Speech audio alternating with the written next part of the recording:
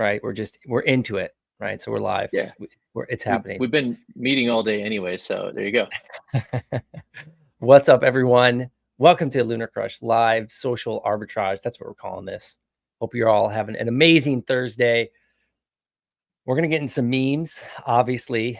John's been hot on Roaring Kitty and AMC, GameStop, everything happening over there. So we're gonna get into stocks first, and then we'll talk about crypto. A little subdued today on crypto, just Bitcoin just hanging near 70K.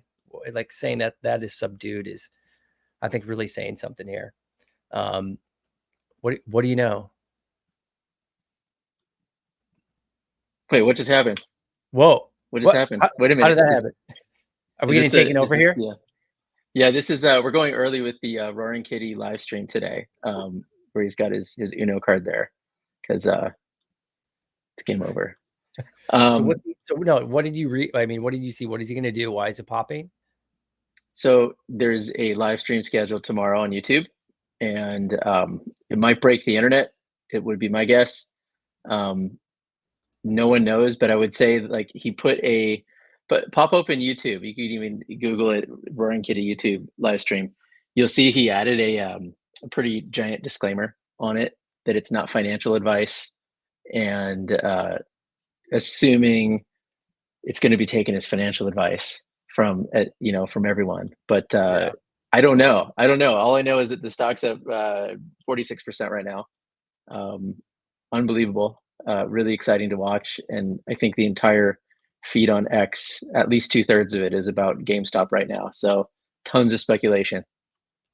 Yeah, interactions now moving, like, I guess interactions moving up, the posts are moving down though. Still collecting. This is all, it's still coming in.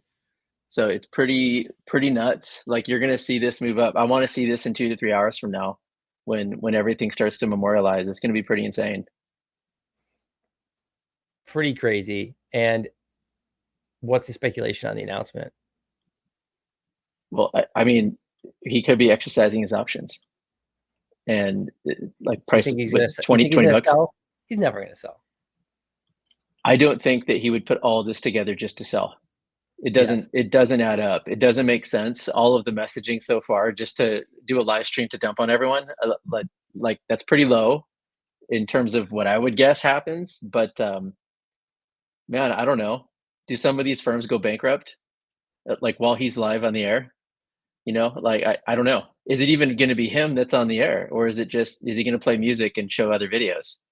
Who knows? There's like, okay, so you really got to back up and think he's dormant for a couple of years, right? He's obviously ruminating, and maybe not ruminating, plotting, whatever you want to call it, about this for a while. He didn't just, like, I think, wake up one weekend and be like, I'm going to start posting about this, right? You don't do that.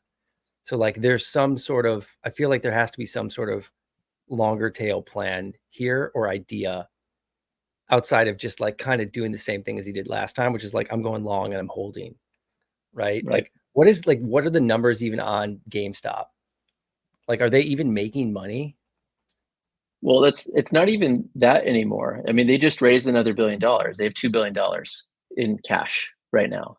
And so, there's a lot of speculation that they might use Michael Saylor's strategy, take some of that, become a Bitcoin driven entity. This is the same question that I brought this up yesterday. What would MicroStrategy be worth if they never had a Bitcoin strategy? Like, what's the value there? Enterprise software company. Okay, great. Neat. Like, what's the multiple there? Versus what's the multiple as they hold Bitcoin and look like a flywheel of never ending purchases of Bitcoin, right? So like that could happen here. There's speculation on that. There's speculation that they could be the next Berkshire Hathaway. There's all sorts of rumors on that front. They could be buying, Bed Bath and Beyond. That's another thing that's being talked about. Other things out there. Who knows, man? Don't know if they'll have enough time. Like, yeah. Look at, I mean, they're selling Hasbro figurines, or like you get a figurine, and then you just said like could be the next Berkshire Hathaway. Yeah, I'm going to say that what is it, $16.302 billion of a market cap right now. I'm gonna guess that it's not because of them selling figurines. Right. Yeah, and if you've been to a mall anytime recently, or even a mini mall, safe to say there's not a line out the door at GameStop. None of this is about that. This is about a narrative of Wall Street being stacked against investors, and it's just this is manifesting itself through GameStop, and it's not alone as you see there, right? AMC, their speculation they might buy AMC with that $2 billion. So and on top of this all, right there you go, The merger, right? the Yeah, great mergers of our time. we've seen speculation that they might buy AMC and turn it into like a esports juggernaut powerhouse arena kind of thing. I mean, who knows? Is that worth $16 billion? Probably not. So I'll tell you this, like with what's happening here, like what you're saying and how they've elevated the brand, like the related topics to AMC. Like if none of this was going on, do you think people would be talking about AMC with Nvidia, AMC with Trump's, right? It's kind of got the same meme feel as that. AMC with Tesla, AMC with Win or Amazon? No, there's no chance. right. So there, when you look at this in general, and we've seen this every day for the past month, probably, we've seen both GameStop and AMC hitting above their batting average, like hitting above their weight, I should say. Like it's the amount of social activity and attention that's on these stocks is insane, and it's not one big day and it's over. It's also like it's not just one big account. Although what I would say is if you go back to GameStop, look at the top creator. It's been Unusual Whales with, and if you look at this, yeah, and if you look at this, see right now it says what 45% of all interactions. That's in the last 24 hours. It was 54% yesterday. So one X account is responsible for more than half yesterday and then 45% today, rolling 24-hour period for of all the interactions around GameStop. Let that Incredible. sink in. And it's not Roaring Kitty, by the way. It's not that account. He's not even saying GameStop, right? He's not even talking about it. It's all cryptic. He's not even in the list. But it's more like he's a driver versus an influencer, if we want to put it that way. So, which is fascinating. It's kind of like Elon. A lot of times isn't directly talking about Tesla, but he's a driver of the influencers and the engagement that they get. Look at this. This is incredible. 3-month Right. chart of just Roaring Kitty. Like less than Oh 500 interactions a day. Interactions a day on that. I mean, my biggest thing that I noticed there, those are cat ears. Trace. Look at that. The chart is a cat. It's literally a cat. Wow, it's going to turn into a meme. Wow. I think, should we challenge the community to do that? I mean, first person to do it gets a subscription on LunarCrush. Sure. Done. If you're listening and you turn this chart right here, 3-month Roaring Kitty into a meme, you get $30 a month. Go. Yeah, it's exciting. I mean, it's interesting to think about the different brands that are created, and we talk about like Mr. Beast now, right? And like Mr. Beast doesn't even want to advertise other products that aren't his because he doesn't want to get canceled, for example, if he accidentally advertises something that he doesn't even know about, right? And using his audience, he's now creating products. He's going to create, whether it's, intangible stuff or if it's, software. I mean, he created something that's like almost kind of a little bit of a competitor to us with his like YouTube analytics company or whatever that he spun. It's like he's creating his own brands out of the attention. And it's like, that's kind of what Roaring Kitty potentially could do is he's created and showing such an attention that like that attention potentially is worth just as much as these entire businesses, these publicly traded companies. And so it's like, I think it was like probably 8 years ago, we were probably still working at the agency where we saw like some company bought like an influencer, like they bought out their influencer. It was like an $80 million deal and everyone's freaking out. It was CNN bought Casey Neistat. Remember Was that? it? It was that one. I thought it was like an Instagram. I thought it was like an Instagram meme account that like everyone followed. It was probably that too. I mean, this happens, Both right? are good. Yeah, both are good example. That's a good example. But like now it's getting flipped on its head where maybe a creator is going to buy out a brand in a way or just come up with some sort of deal. So this is an interesting topic that could probably be the topic of an entire conference or something. But I mean, think about what you just said. Like the old way, let's pick on GameStop and Roaring Kitty. The old way would have been someone has an idea for a new retail store. They go out and they start this new store and they sell some crap to a bunch of customers and they make a lot of money, right? And then they'll hire some marketing people in their company, and those marketers will be brilliant, right? And they'll figure it out and they'll get a CMO and all the way down and social person and a website person, and right? They'll do that all. It's like it trickled down, right? Like in terms of like it's like top down corporate management, and like now flip it upside down. We have Roaring Kitty that has literally nothing to do with this one corporation and has this massive halo effect around himself. Who's to say, like when people say like, oh, like GameStop's going to become Berkshire Hathaway, what if Roaring Kitty becomes Berkshire Hathaway?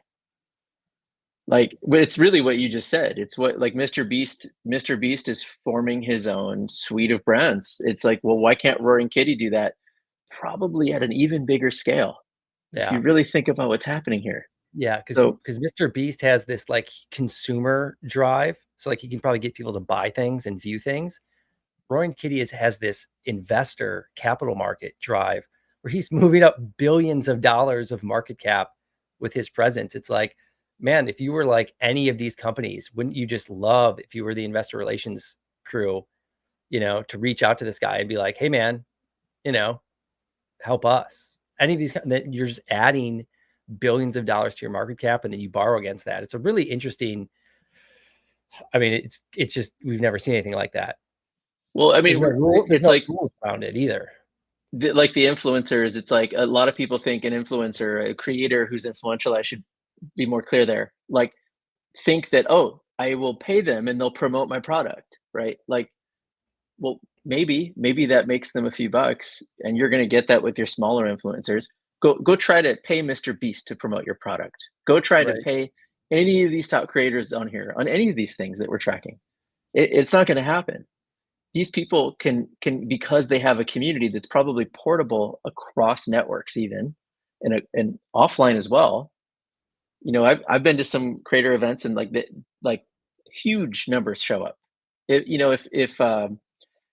Jake Paul shows up somewhere, there's thousands of people that just mysteriously show up out of the blue, right?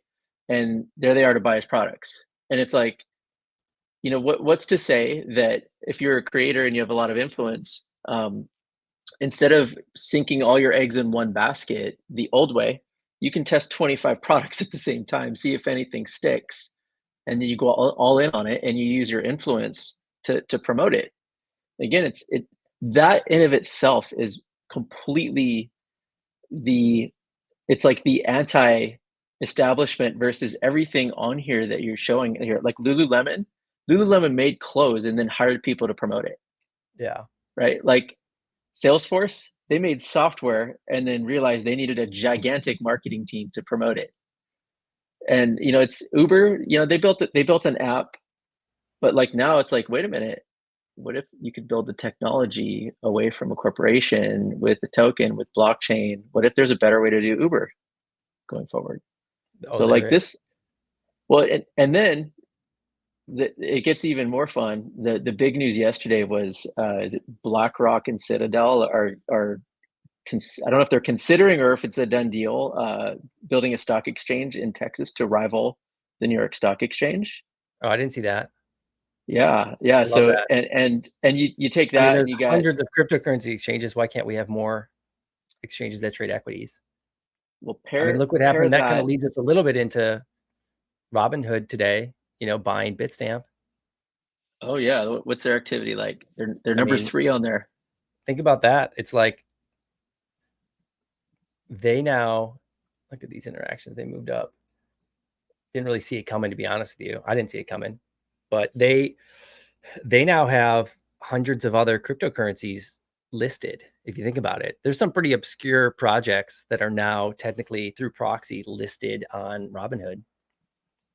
Right. Like if you were a token like that randomly got on Bitstamp over the years, and like even you have a little bit of traded volume, now you're traded on a Robinhood exchange in a way. Like that's pretty interesting for those people. Shout out to thoughttoshi.zil. Whenever I see Joe Vez, Ryan Reynolds always comes to mind. Thank you, Oh sir, my God. on Twitter. Well, Ryan Reynolds is also another great example. Celebrity created brands, $1 billion brands, and people know that model now, right? Like he crushed it. Yes. And not only that, he's smart as hell. Like he really figured out exactly how to leverage himself. You know, it's like it's an art and it's a science. What was He's it? got both of them. It was the agency. So he had his agency, right? And so he could rebrand or brand something in an amazing way. And then one big piece of that is brands need to pay a ton of money for the talent, and he could just be the talent, right? And so it's just like that model obviously worked extremely well, right? And especially when you're trying to sell, whether it's your, he had forget the name of the brand, but he was selling, self service or tequila or mezcal or whatever. It's like, it's so easy for him. But It's this also crop. it's Go Gary ahead. V's strategy. It's Gary V's strategy. He started VaynerMedia, massive agency, to service the businesses that he wants to buy someday. Right? I mean, it's a flywheel that they're just trying to perfect and be masters at, and it works, right? Because they know that social drives all of these brands. Versus like I think that's really hard for a lot of the established brands. They move too slow, they're top Mm-hmm. down. They don't think creator first. They think of hiring a social media person to tweet all day. That's what they think like. And so it isn't necessarily gonna work for the more established brands. But reason like the reason like I brought up the BlackRock thing though is why it's Mm-hmm. so interesting is because take what Larry Fink's been saying lately, that everything will be tokenized.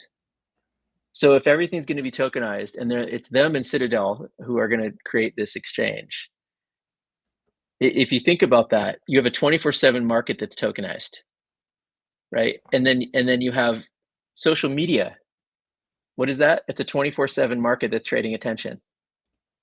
And you pair that together and they understand that, right? And so you could be having, like for example, Bitcoin ETFs that are fully tracking Bitcoin at all times, right? Think about how crazy. I don't even know what that would look like. There's no like, there's no futures in a sense.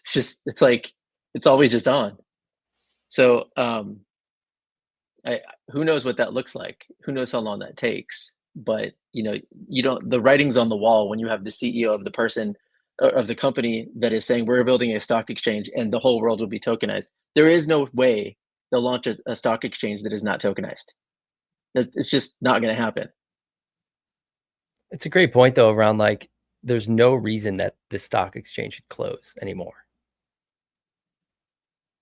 Really shouldn't. There's no reason to it. It's almost like a little bit of theater, right? Like the bell ringing, right? Like we don't live in a a 9 to 5 world, or a 9 to 4 world. Like we just don't live in that anymore. And you could create like it's going to take someone that big to build something like that and actually disrupt. But it's like, you know, if you're a new company, why wouldn't you go? Why wouldn't you do it there, right? Why wouldn't you IPO there, right? And now it's like it's a token that gets launched. It's a meme So stock that gets launched. hit post with interactions on BlackRock there, and and you see the flat spots there where it's not trading, right? That was the Right. weekend.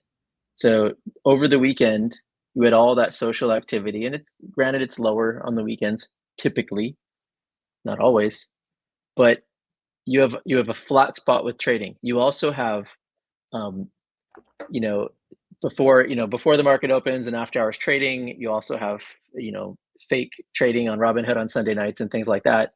Like you've got all of that happening, and the news, the main like news for say BlackRock or any stock happens before the market opens or closes, right? Earnings reports before the or after the regular trading hours. You have social running 24/7, and it's moving things like GameStop like crazy when the market's closed. And it's like something's got to give here. I mean, social really ruined this for all the people in power. It really did, because now everyone can talk about this stuff all the time. It doesn't just put the power in the hands of CNBC when they feel like talking about something. And a lot of missed revenue. No trading fees at these moments, right? Like cryptocurrency exchanges are making money all weekend. Right. Right. It's true. And then you have, companies like Robinhood seeing that, right? Which is why they're buying companies like Bitstamp.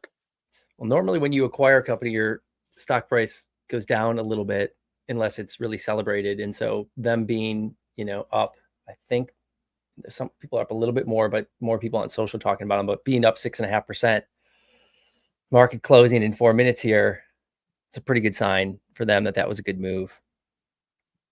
Bitstamp's Pretty been around wild. forever. So they also went after someone that's been around for a long time, established. I think they were based out of the UK. Yeah, and I'm gonna look up a number here real quick. So like one of the things that is really interesting is when you look at the number of Bitcoin that are on each of these centralized exchanges. So it looks like Bitstamp has a little over 26,000 Bitcoin, right? And I mean, keep in mind, almost in the last month, almost 100,000 Bitcoin has fallen off of these centralized exchanges. Bitstamp is the 10th biggest in terms of Bitcoin holdings. So what I'm even more curious about is like, well, how much of that is actually owned by Bitstamp versus the holders that are using that exchange? I'd be really curious on that one. But I mean, for perspective, they're 26,000. They've got more than Bithum, Gate, Huobi, KuCoin, Coin1, GoPax, Poloniex, Corbit, Bittrex, FTX. They got FTX is almost nothing. But like Bitstamp is the 10th biggest. Bybit is just above them. They have 52,000. BitMEX has 54,000. So this is no small purchase. And you got to wonder, like, I don't know, is 5,000 of that theirs? Like these exchanges hold a lot of Bitcoin. Binance, oh my God, they hold so much Bitcoin. So it's really interesting though that in this environment of like with all this trading, the Bitcoin's literally flying off of them. Yeah, maybe you're right. Maybe it has nothing to do with or a very small amount to do with the business and more about to do with how much Bitcoin are they holding.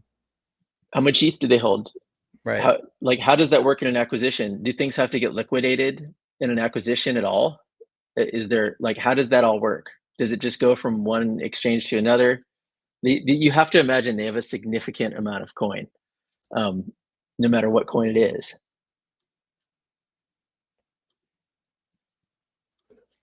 A ton. Never know. Yeah. Good job, Robinhood. Seriously. Bitcoin's been kind of flat today, though. Yeah. Kind of consolidating. Kind of nice. Let's give it a breather. Give everyone a little more time to add to their bags. I do feel like just seeing all the people around the industry, like people kind of in our seats that are operating companies or, out on X a lot, like you can tell the people like Bitcoiners and a lot of people that have been around, you can kind of feel like everyone thinks that something's about to happen. We're about to smash through all-time highs. Yeah, we had Rich Dad, Poor Dad posting last night that $350,000 target soon this year. At least that's his wishful thinking, he was saying. But yeah, the numbers, the targets are starting to kind of soar higher, it looks like. Pretty, and I think I actually have a funny story. So I'm in a running group that goes to a different brewery every Wednesday night, and we run and then drink beer. And I went to the bar after we ran like 4 miles up a gigantic hill. Went to the bar after, and there's this dude that's sitting at a bar talking to these two young girls that he was just explaining life to them. He was literally, I walked up and I'm waiting for the bartender. I'm just dying listening to this guy tell these two girls how Google works. Oh no. Let me tell you what, hey, the websites you go to, yeah, it follows you. That's AI. It uses AI on you. Like he was going on and on. And then he starts going into investing with them. And and I'm like, oh my gosh, he's telling them to buy stocks and like these basic companies and stuff. And he's like telling them to buy stocks. And then they were like tired of listening to them. And one of them turns to me and says, what stocks do you think I should buy? And I just looked at them all and I said, Bitcoin, just buy Bitcoin. Yeah. And the guy starts smirking, doing the typical no coiner thing. Right. And he's like, oh, it's risky. Oh, like, oh, sure. I said, I looked at them and I said, BlackRock and Fidelity and others bought $1 billion yesterday. And he looks at me and says, $1 billion of what? I said, $1 billion of Bitcoin. And then like one of the girls says, I used to own some, but then I sold it. And I said, you don't sell Bitcoin. It's not something that you do. And then the guy speaks up and he says, well, what gives it value? I said, the demand and scarcity. And I walked away. And one of the girls, I walked back a little bit later and she was on her phone looking at Bitcoin. She was looking at it on her phone. And so like there's an interesting perspective with the old versus the new way. Like a huge amount of people still think that it's too expensive. I missed the chance to get in, or it's fake, it's not real money. And like there's still such a gigantic amount of people that still don't see it. And Yeah, it literally takes kind of getting out there, maybe past your own comfort zone, explaining it sometimes.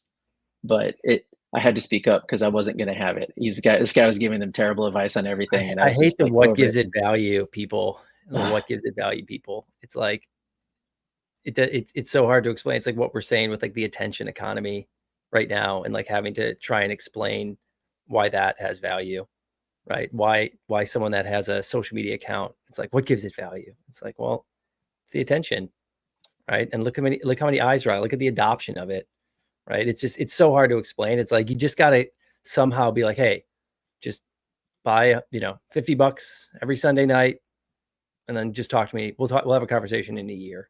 You let me know. All right, that's like all you can do. Yeah, and it's a lot of times you're like, is it even worth it saying anything at all?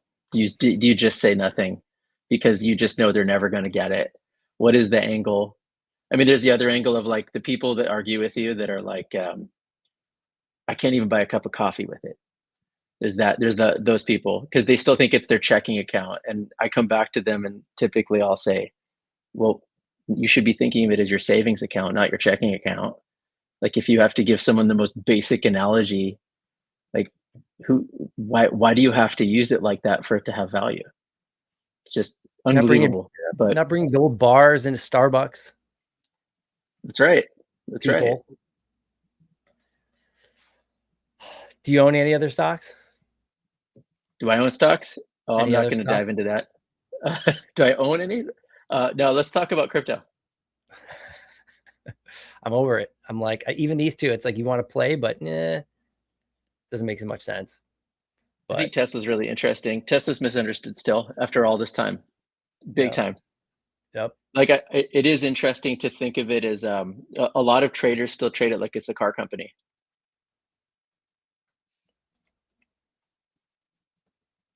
We got a Tesla. I'm way out here, but Yeah, that's our I max mean, chart on it. right, 407. right. People are picking it up down here. This is a great zone down here. See, it almost seems crazy to see this isn't even $1 trillion market cap, and Nvidia is what, 3 trillion, Yeah. and because they supply the chips to Tesla. Yeah, they're the infrastructure. Yeah, but I mean, this is an energy company. I mean, I'm not advocating for them. It's wild to think where this could go. I mean, robo taxis, energy. It's not just how many Model 3s do they sell. So it's pretty interesting to watch. I'm just trying to think of like if they suck up all of like Verizon and like AT&T, right? Might not have that. AT&T. Isn't it AT&T? I AT&T? think it's just T. I thought Is it Verizon T? was just There V. you It is, go. yeah. Yeah, 131. So those two together, they'd have to suck up that entire market cap of both of those. It's only 300 billion, but it's the I think it's like the app economy on top of that, the operating system on top of that would potentially pull it through, but that's a lot of work. But pull up in NVIDIA. It's just so stunning what's going on there. $2.97 trillion. I mean, unbelievable. And when you look at the social activity here, Look at so that. like maybe let's talk about like what that is. Like interactions. Like it's the number of all of those little interactions on social posts that are going on. So like your retweets, your comments, all of that over time. And so you see just the community absolutely coming in at a huge level versus if you look at like, look at that, even December, January, there's like only 1,000 interactions a day. And now it's had up to 130 million interactions in a day. It's hit a scale that it never had. Pretty wild. Yeah. Tough to invest. Who are the top influencers or creators on there? What do you know? Unusual Whales again. Crushing and it. why are they there? Why are they there? There you go. We got to bring that. I liked that thing that we used to have where you saw the percentage of each thing that they talked about. That would be that'd be great to pull that back for Unusual Whales. It's coming back. Yeah. Coming back. Yeah. Wild. What's going on with crypto? Alt rank, jazz me up there again. GameStop. This thing moves. This is like the proxy token. This is the ADR for the degens. It really is, isn't it? Because they don't buy stocks. Yeah. And it trades 24/7, right? Even though it has no relationship. I was talking about this earlier. All-time high. BNB. Yeah. Wow. Like it was I think Scott it was pretty funny this morning, said because some of the tokens are locked away in CZ because he's literally getting locked, like he can't sell. Oh, right. Interesting. But who knows? But he has like a Shohei Ohtani like proxy that's going to like sell all tokens and gamble for him. I don't know. So Binance has 577,000 Bitcoin as well. And again, we don't know the breakdown on the holders that are actually using Binance versus what they hold, but we can see a lot of the wallets that are held, and a lot of that coin hasn't moved in a very, very long time. Yeah. And they have many of the top wallets. If you go to look at all of the wallets out there, they're Binance wallets. So these guys have a massive ton of Bitcoin. That's the other like wild card here. CZ will be out soon. They'll just be moving forward. Everything will be just fine. Honestly, like it's kind of wild to see what's going on right now. Like the negativity last year was so high on Binance. And like the US had to close their, the Binance US, like there's all this news about, oh, like this country's kicking them out. Was it the Netherlands or something? Like there's so many things. I mean, how many projects are actually at an all-time high? Like almost none. Almost none. And they didn't have like BNB didn't have like the meme coin run like Solana did in the earlier part of the year either. And so now you've got potentially this pent up demand over here. I mean, it's got the infrastructure already built out there. Transaction fees are low. Just has to become cool again. Like if they can figure out how to become cool again, it's going to be unbelievable. Imagine if Base had a token. Loki. What would that look like? Base has the second highest TVL now, I believe. Yeah. Like I saw that earlier. And so what would that look like? Look at Solana. Go look at Solana and look at it over the last year here. And you look at where it was 1 year ago versus today. What is that? Like it's just a straight shoot up. And that's not just that's every metric. It's community activity, it's trading volume, it's price. Like That's every amazing. metric is huge. Yeah, more people And talking. sentiment, I mean, if you look at 1 year and sentiment, Mm. so it's crazy. See, it was like fluctuating wildly, and people like those spikes down are like everyone going, it's dead, it's over, it's never Or gonna move. Solana's down today. Right. Solana's Yeah, down it's down again. again. So it can never possibly go higher. And then you see over time it kind of improve, become more stable. And it as the price rises, everyone's going, oh, actually, wait a minute, maybe there's something here. And they're going, oh wait, is it the Ethereum killer? Is it? Is it better than Ethereum? Should wait, there's lower gas fees. Should we launch our meme tokens on Solana instead of elsewhere? Like you get all these narratives that start to come up, and now people are looking at it as it's a blue chip for crypto. For sure. Like if we were talking about one more ETF beyond Bitcoin and Ethereum, it rolls right into Solana. Solana is the first thing that everyone talks about. These charts are unbelievable. Number of creators that have interactions on their posts. Like, how correlated is this? Extremely. And on any given day, you can't come to LunarCrush.com. In fact, if anyone's listening to this that uses the site that has a subscription, go follow along and look at this. You know, any given day, if you were to come to the site, or if you were to go on X or go on Reddit or YouTube or TikTok or Instagram or wherever, you cannot understand what exactly is happening. But when you zoom out here and you look at this over a year, it's not that there's more people, it's that there's a lot more people talking about this stuff every day. And if you're not seeing these trend lines, you're not understanding that. And honestly, if you're just staring at price, you're just drawing lines and you're not going, well, wait a minute, why is it moving? Like you want more people talking about it. You want more people trading it. You want more people holding it. And these numbers are giant. So pretty exciting to see. Good for the Solana team. They've been through hell, man. That's actually Yeah. crazy. Yeah. Almost back to 100. Are going to be up to 100 billion.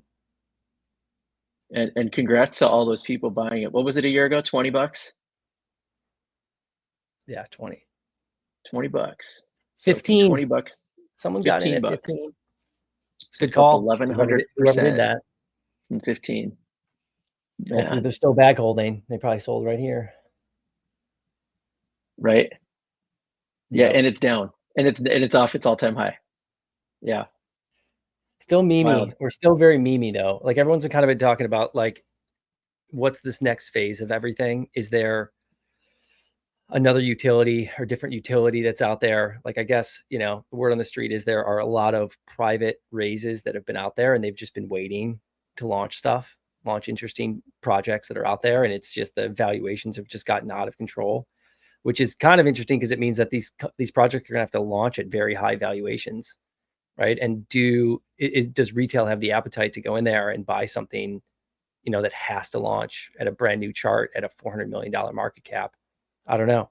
Are they paying close enough attention? I don't know. Or maybe that's enough, you know, to make people think that this thing is real. So that will be something interesting later on in the year as those things start to launch. So think about, this is literally the same conversation we were just having about Mr. Beast and on with these, you know, and Roaring Kitty. Like, what would it look like if they had a token, right?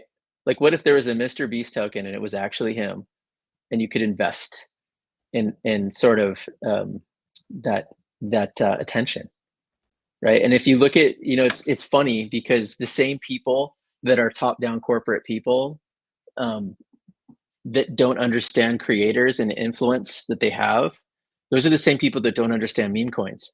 Yeah. Like, what's to say that, you know, take Dogecoin, take a dog to the moon, the new rune, right? That's gone absolutely bananas, right? What's to say that they can't build any utility they feel like that their community wants? And what's to say that when they do it, that it won't be a raging success because their community is going to be built in from day one and use their application? And I think versus that's kind of like, in a sense, why you see all these meme tokens doing so well is because they're building faith It isn't building things. It isn't building utility. Over time, it might. But what's the utility of dog go to the moon? They're sending it to the moon. Is that a utility? What can you do with that as a person? Like, does that? You can try and get to the moon yourself so that you can get the actual dog that's on the lunar outpost map rover on Nakamoto 1. So you can learn I knew about you were going physics there. and blockchain. There is none. And I think that's the cool part. Like, even looking at the number of posts created here, it's like it didn't really slow even when the price kind of came down. Like, this is a pretty rabid community, right? So what's Like, to say, like, if they built, dog, I don't even know, dog go to the moon dot whatever dot io, like they built this site that did something, and you take all of these people, you think they're not going to use it, and like versus like the old way would be dog go to the moon executive team goes to the VC with a buttoned up deck that says, yeah, here's what we're going to build, and the VC goes, that's amazing, and they're like, give me some of your token too. Like it's like it's very backwards. It's backwards in a sense of like, you can't even traditionally raise with these kinds of things that are like, oh yeah, we don't do anything, but we have 3 million people that are actively contributing socially and 500,000 holders, but it doesn't do anything. What VC is going to like that, right? They're not. But it's like, what does it look like when all of the sudden they build that active community and they're just all of the sudden they're so in it that they just build stuff. And I think it sore subject for some with Bored Apes, but it's like, man, look what was starting to happen. That slowed down a lot, but like there are restaurants being built with it. that's There's kind of my question offshore. though, is like during the meme run, everyone's like, no utility, don't even talk about utility. Like, that's not what it's about. It's about just like a movement. But like looking at Doge here, which doesn't have utility, or like there's different things that are potentially being built in. It's a community. It's like, what is the dog go to the moon? It's almost like, how do you turn a corner? And at some point, like, do people just hold forever just because they like to go on to social media and chat with their friends and that's it? Right? I like to post and sweet. But at some point you're looking going like, especially if you have like a substantive amount of money there, like I might sell some dog go to the moon, right? I've got a 100K, or I want to buy a house or whatever else it might be. You might sell unless X happens, right? And then it's like, what is how do you, as like a project community, and it's like even Leonidas, he's like, I don't even have that much of this stuff, but he's like leading this movement. Like, where's the value for him to continue to lead the movement, right? At some point, it's like, if it's not paying bills or there's no company, I know he's got Ord.io that he's building, and I'm sure it's driving a lot of attention there. But at some point, it's like, where does utility come in? Like with these, that's the thing that I always kind of think in my head, where it's like, at what point does or does there not need to be at all? And like, some will just survive in the meme aura forever, right? Or does dog go to the moon need like, hey, we're going to buy a chain of like coffee shops, or we're going to do this, and like these people are owners? It's like, at some point someone needs to decide, and how do you decide? And then like people have to like, actually, you're probably be interesting to build some tooling around like, hey, everyone stakes some portion of this thing, and then all the people who staked get to vote, right, on these things, or put up proposals on like what they want to buy, or like asset, like, or like dividend, like, providing assets.